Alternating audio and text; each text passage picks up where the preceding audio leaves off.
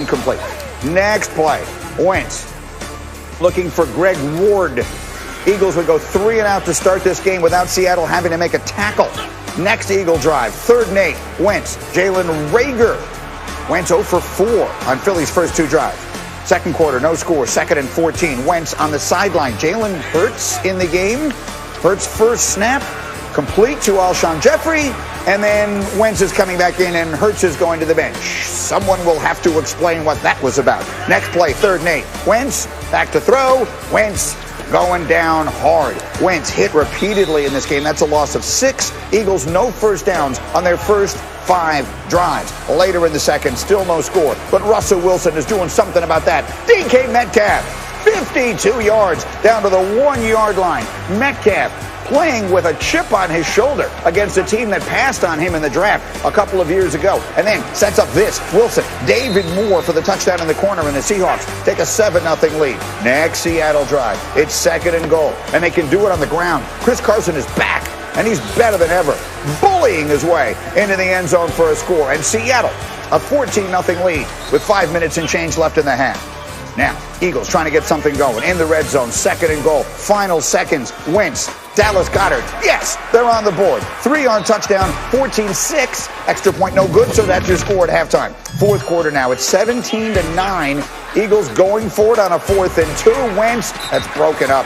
KJ Wright knocks it down. Eagles turn it over on downs. So Seattle gets it. And what do they do with it? You know what they do. Russell, DK. Oh, what a catch.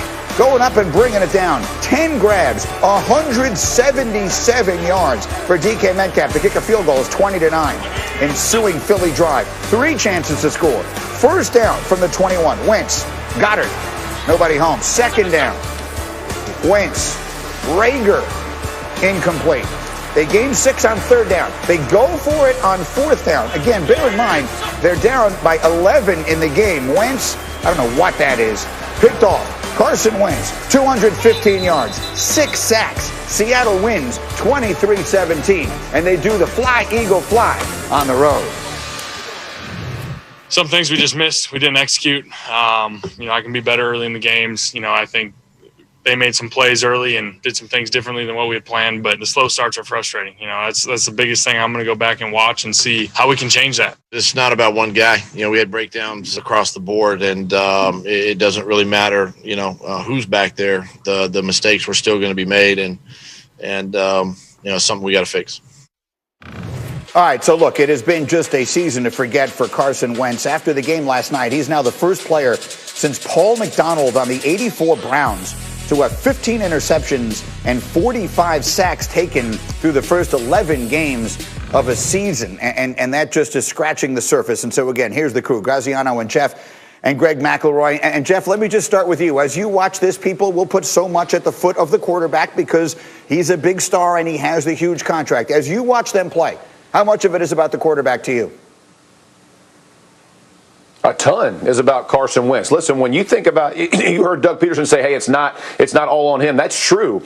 But you have to look no further than the other side last night at Russell Wilson. You know what I mean? Listen, in 2017, he led the league in touchdowns with no receivers. We're going to make excuses about receivers can't get separation. Well, you have a franchise quarterback. What does that mean, Greeny? That means that guy's got to get you 3 to 4 wins a year, and Wentz is not getting that done. I understand protection issues. I understand receiving issues, all of those things come to forefront. But the bottom line is, look at Russell Wilson. He didn't have protection. He didn't have receivers. He had Kearse, Richardson, Lockett, Baldwin. Like, they used to make fun of his receiving core, and he's leading the league. So when you're talking about what Carson Wentz can do himself, he has to play better. I understand it's not a one-man show, but he's got to be better.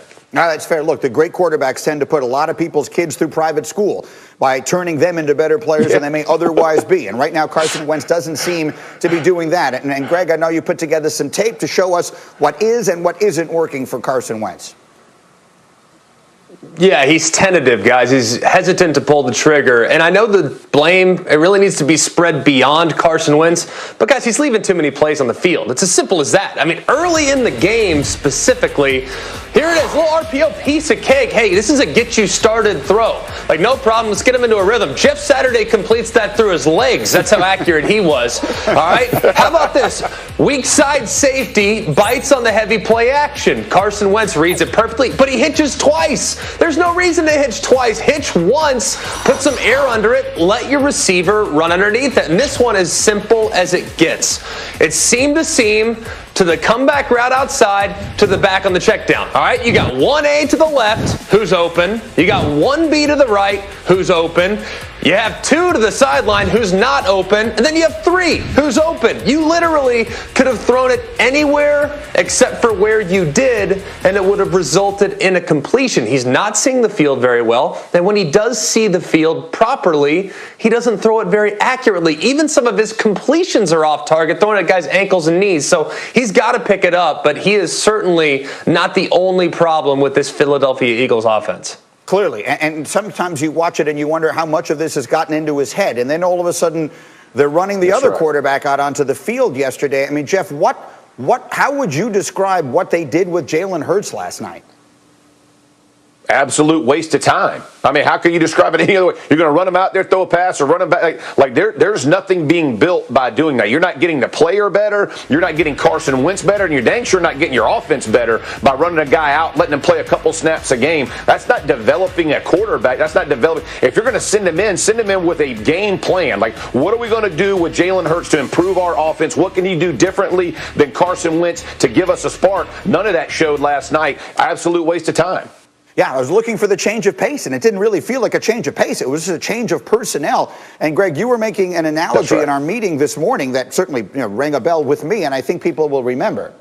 It rang a bell with me too, Greeny. 2012, there was a team coming off really 2 out of the last 3 years. They had gone to the AFC Championship game. That's the New York Jets, and they had a young quarterback that was pretty successful, relatively speaking, in his first 2 years in Mark Sanchez. And then they go ahead and they bring in a guy like Tim Tebow. And all they did by bringing in Tim Tebow was undermine Mark Sanchez at that point, because Tim Tebow, as a fan favorite, they wanted to see him on the field. So they'd sprinkle him in a little bit, 1 or 2 plays a game, and then Mark started to play poorly, started to search a little bit, started to lose his confidence. And next thing you know, the boos and all the negativity got a little bit louder, and what's a difficult market to have success. So I think by playing Jalen the way they did in last night's game actually undermines the quarterback position, especially for a guy that's searching a little bit on a team that's struggling offensively. So let me go to my insider here, and Dan Graziano. And Dan, you have pointed out repeatedly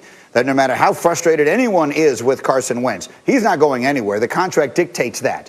But that may not be the case for the coach. Is he suddenly sitting on a hot seat? Yeah, Greeny, I don't think we can sit here on December 1st and say with confidence that Doug Peterson is safe. I think it sounds ridiculous given that he won the Super Bowl 3 years ago and it was the first one in Eagles history, and you would think you could dine out in Philadelphia a little longer than 3 years on something like that. But go back to the beginning of the season, all the injuries, all the issues that were going on with the Eagles.